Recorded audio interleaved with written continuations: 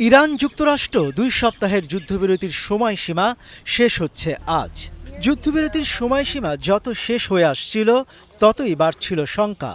তবে শেষ মুহূর্তে যুদ্ধবিরতির মেয়াদ বাড়ানোর ঘোষণা দিয়েছেন ট্রাম্প।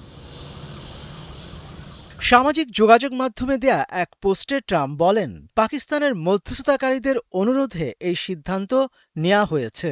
ইরানের প্রস্তাব না দেয়া এবং আলোচনা শেষ না হওয়া পর্যন্ত যুদ্ধবিরতি বজায় থাকবে বলে জানান মার্কিন প্রেসিডেন্ট। তবে এখনই উঠছে না হরমুজ প্রণালীতে মার্কিন অবরোধ। ট্রাম্প বলেন, যুক্তরাষ্ট্রের সামরিক বাহিনীকে ইরানের বন্দরগুলোতে অবরোধ অব্যাহত রাখার নির্দেশ দেওয়া হয়েছে এবং অন্য সব দিক থেকে প্রস্তুত ও সক্ষম থাকতে বলা হয়েছে। ইরান সরকার মারাত্মকভাবে ভেঙে পড়েছে, যা তার কাছে অপ্রত্যাশিত ছিল না বলে জানান তিনি। তবে এই বিষয়ে ইরান এখনও আনুষ্ঠানিক প্রতিক্রিয়া জানায়নি। এদিকে পাকিস্তানের প্রধানমন্ত্রী শাহবাজ শরীফ যুদ্ধবিরতি বাড়ানোর সিদ্ধান্তকে স্বাগত জানিয়ে বলেছেন, ইসলামাবাদ শান্তিপূর্ণ সমাধানের জন্য প্রচেষ্টা চালিয়ে যাবে। পাকিস্তানের সম্ভাব্য দ্বিতীয় দফা আলোচনার কথাও উল্লেখ করেন তিনি।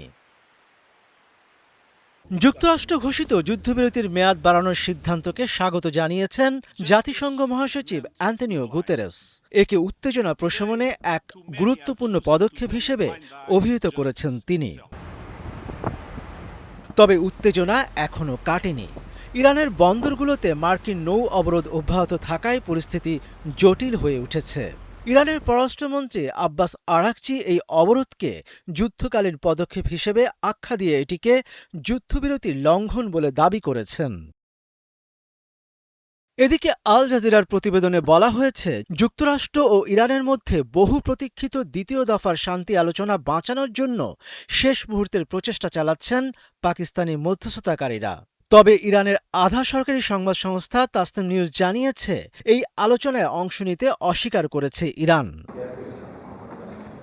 অন্যদিকে হোয়াইট হাউস নিশ্চিত করেছে যে শান্তি আলোচনার জন্য পাকিস্তান যাচ্ছে না vice president JD Vance. Moniruzzaman বাবু, ৭১।